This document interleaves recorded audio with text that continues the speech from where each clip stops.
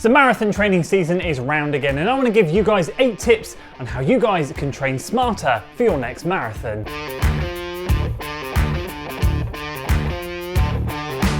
So in a few weeks' time, I'm going to be embarking on my 10th marathon training block, which is crazy to think, but what's even more crazier is the fact that you guys have probably already started yours, because those October marathons are less than 16 weeks away. So what I want to do today is go through 8 tips that will hopefully help you guys train smarter. They certainly helped me in previous blocks, and I'll certainly be undertaking all of these things during my next training block. So without further ado, we're going to get straight into this. We'll dive in and we'll rattle through those 8 tips that will hopefully help you. If you're excited for today's video, guys, make sure you give it a like, share it with your friends, and of course subscribe to the channel for weekly running content. Let's dive into number 1. So the first 3 tips are all about planning and structure, and this first one is very important, reflecting back on the last training block. What went well and what do you want to change moving into this block? So there's a few things that I mean by this, and if you're coached, hopefully your coach will help you with this. For me, I'm currently coached and my coach will help me with this, but if you're making your own marathon training plans, just take note of this. What worked for you last time? What didn't work? For me, I'm talking about structure here. So for example, with different marathon training blocks, I've tried 2 workouts a week and a long run workout.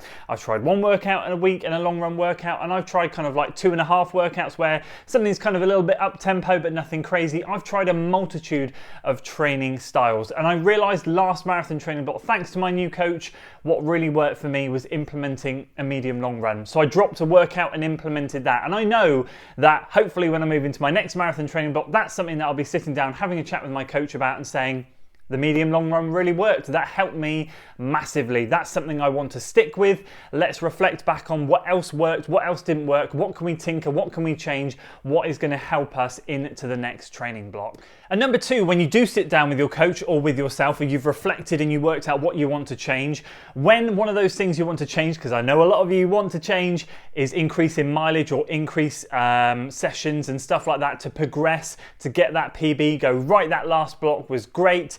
Let's increase things, let's take it to the next level. This is where a lot of people fall foul. This is where a lot of people get injured, making sure we take sensible steps during that next training block. So what do I mean by that? Well, let's say, for example, in the last block, let's go beginner and advanced. If you're a beginner and let's say you ran up to sort of like, I don't know, an hour or 90 minutes or in and around that area, looking to the next block and going, right, I want to get to another hour. So I want to go from 90 minutes to 2.5 hours, or I want to go from 60 minutes to 2 hours. Think about taking like a half an hour jump rather than an hour jump. Peak at the next, in the next long run peak just half an hour more than what you did before. And then save that next jump for the next block, because if you ramp things up too much too quickly, it can end in disaster. We all hear about the fact that if we increase intensity and volume at the same time, it can be a disaster. Well, increasing either intensity or volume, even just on their own, at such a massive rate, can also be disaster as well. So just thinking about taking those baby steps, again with workouts, like if you're a beginner and some of the workouts you've been doing have been like half an hour in duration, considering doing like workouts in an hour in duration might be too much. Dial it back, consider 45 minutes. Just take those gentle steps. If you're a runner that did like 2x5k at marathon pace, going right in this block, I want to nail 4x5k, maybe consider doing 3x5k. Do you see the gist here? Just notch down things a little bit. I'm certainly not going to be taking any massive crazy jumps in the next one. I'll be taking steps up. That's what I want to do. That's what I want to achieve, but I'm not going to be taking ridiculous steps up. Mileage will just creep up gently, laying those foundations block after block after block. This is the key to long-term success. And the final planning phase is focusing on your weakness and how to address that in this next block. Now, there will be a small percentage of you that had the perfect block and the perfect race.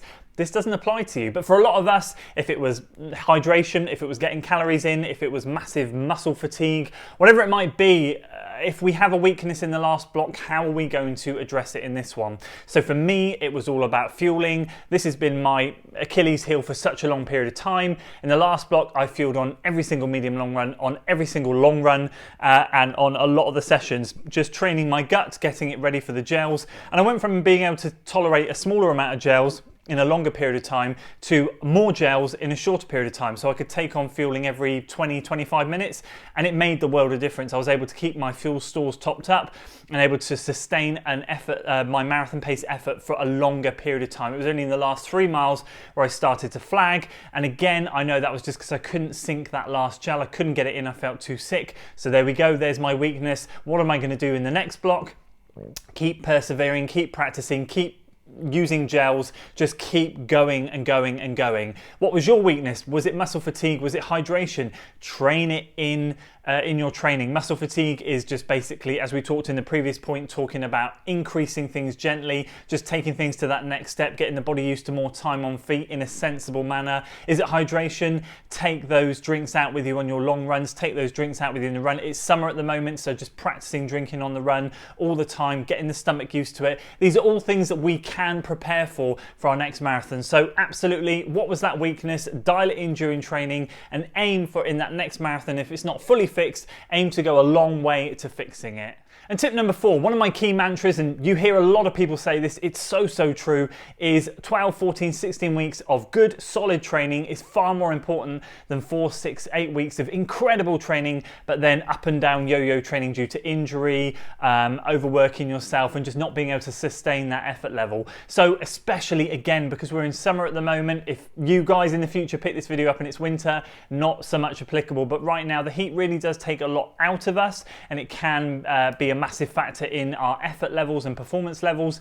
So we just have to remember that actually we're not always going to be able to sustain insanely good training weeks. As much as it's a wonderful feeling, we want to be stacking week after week after week after week. This is, again, like I said earlier, the foundation to a good, successful long-term running journey. Just stacking block after block after block. That's what gets us fitter. That's what in the long term will make us stronger. So sustaining those 7 to 8 out of 10 training weeks. Yeah, it's great to get an 8 or a 9 or a 10 out of 10 training week, but if we sustain 7 and 8 out of 10s all the way through, we're going to be in such a better position come race day. And tip number 5, this is a bit of a niche one, but it will apply to a fair few of you. I'm now a coach myself and I'm coaching other athletes, and what is becoming really apparent is working running around other commitments. Let's say I've got more than 3 athletes, but 3 of them, I've got one that does a kettlebell class, I've got one that does a spin class, and one that does CrossFit stuff.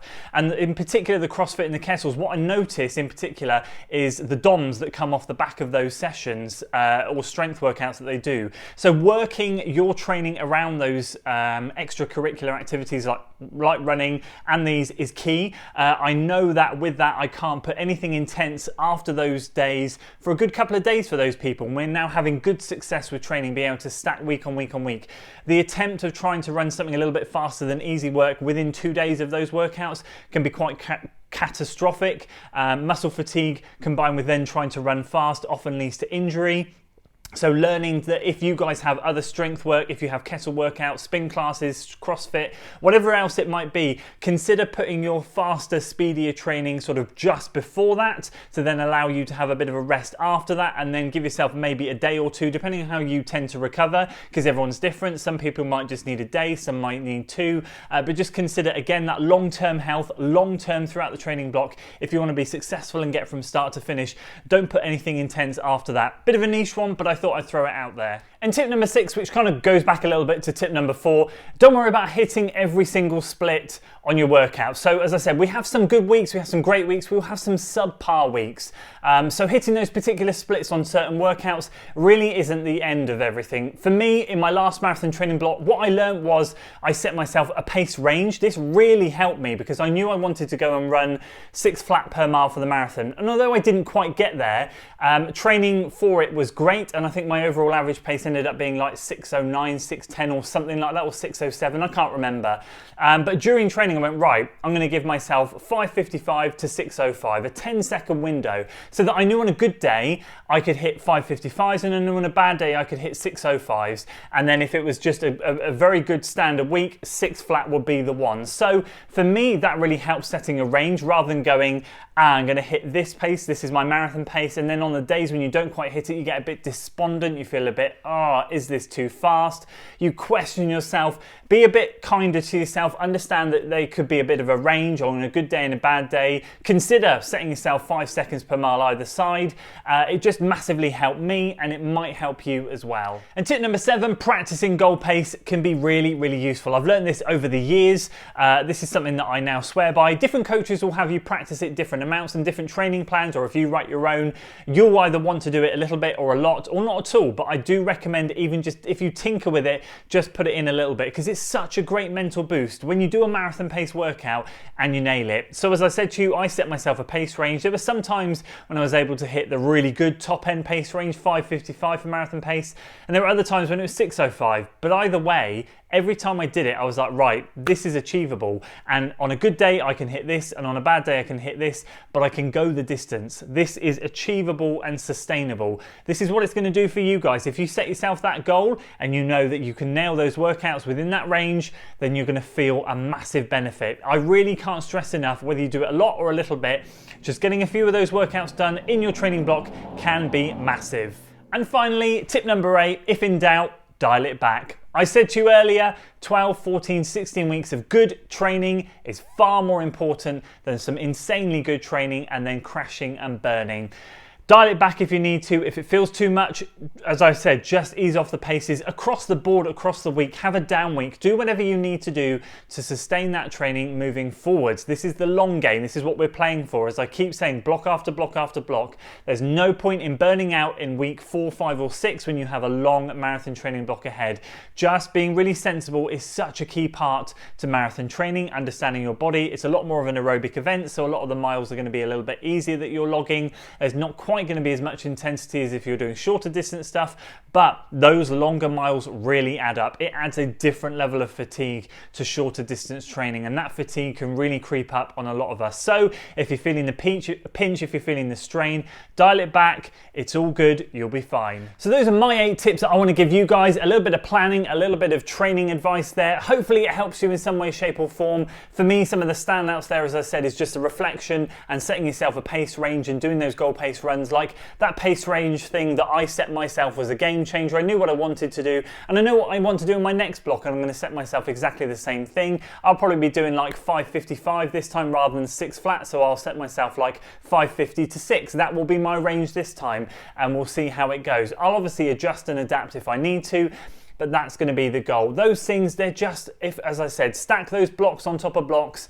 and you will next year and the year after and the year after be in such a better position as a runner. You'll be stronger, fitter, faster, and you'll feel amazing. So good luck to all of you embarking on your marathon training. I hope it goes well, and if you appreciate this video, I would love it if you consider giving it a like, sharing it with your friends, and of course subscribing to the channel for weekly running content. I will see you on the next one. Until then.